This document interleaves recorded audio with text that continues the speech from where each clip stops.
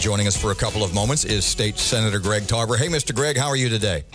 Fine. How are you all doing? Well, you know, you are never a man who hesitates, who is afraid to speak his mind. And in reference to university health, you said, here's your quote, I got it right in front of me. Minorities get second-class treatment. A, I assume you stand by that. And B, if minorities get second-class treatment at university health, who's responsible? The administration of university health is responsible. And number one, I stand by exactly what I say because I hear complaints every day. It's always something new at university health.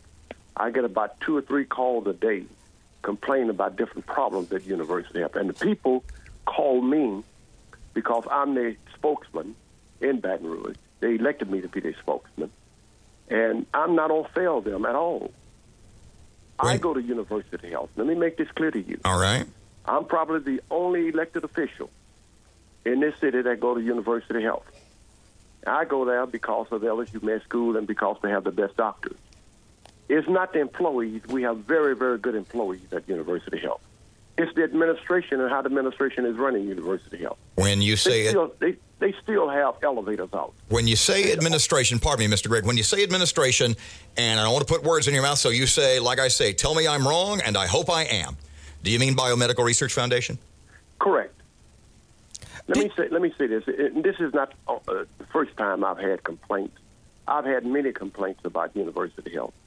I just have not said anything because I have to say something every day. Do you think, Senator Tarver, that BRF is actually telling folks at University Health, provide this kind of treatment for white folks and this kind of treatment for black folks? No, I don't think they're doing that. It's all about the attitude of people. Number one, they don't have the sensitivity. 75% of the people that go there are minorities. The people, the higher echelon at University Health and Biomed are not from Shreveport area that running University Health.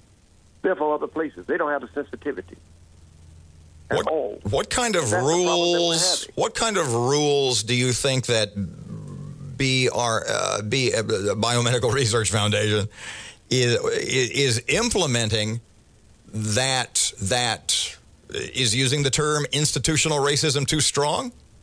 Well, let me say this to you. When one of the executive director, the head of university of BRF, get on Channel 6 and Channel 12 and say black people don't pay taxes, that is saying a lot. That's a volume. And the attitude of this person have not changed. A lot of people at that university have never been around communicating and talking to and working with minorities. Now, they have some good people. They have excellent people who work there. They have one guy who worked there who's super fine, know exactly what he's doing. And they have a lot of other people down the ladder.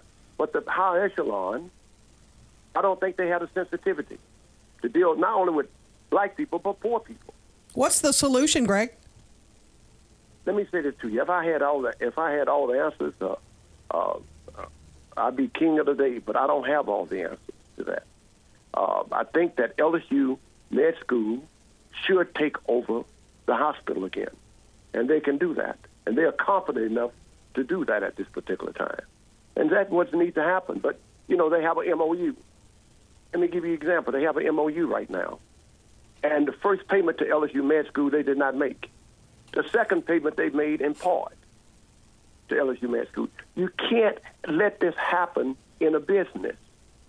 You can't decide that I'm going to pay this electric bill today, but I'm not going to pay an elevator man because you're running a business up there.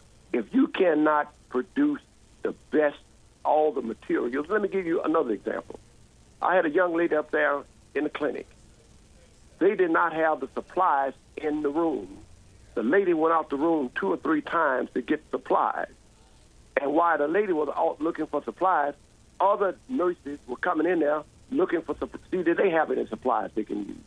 I'm saying you cannot run a good healthcare center without the medical supplies, with adequate equipment. Mr. Greg, pardon me. You've got to keep This is technology. You said a couple of seconds ago that you've heard about these problems for some time, and yet this is the first time you have vocalized them.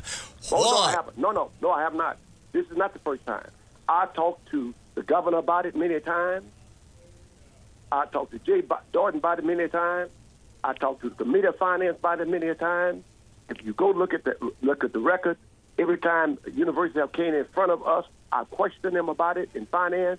This is not the first time. And yet, pardon me, the governor and his minions did the deal with Biomedical Research in spite of your complaints, evidently. Do you feel like the governor threw you under the bus?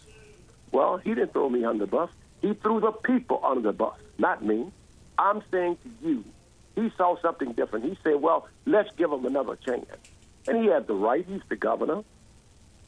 Let's give him another chance. Plus, you have to look at, he's not only dealing with one aspect of his Shreveport, he's still dealing with the flood down in Baton Rouge area and down in South Louisiana.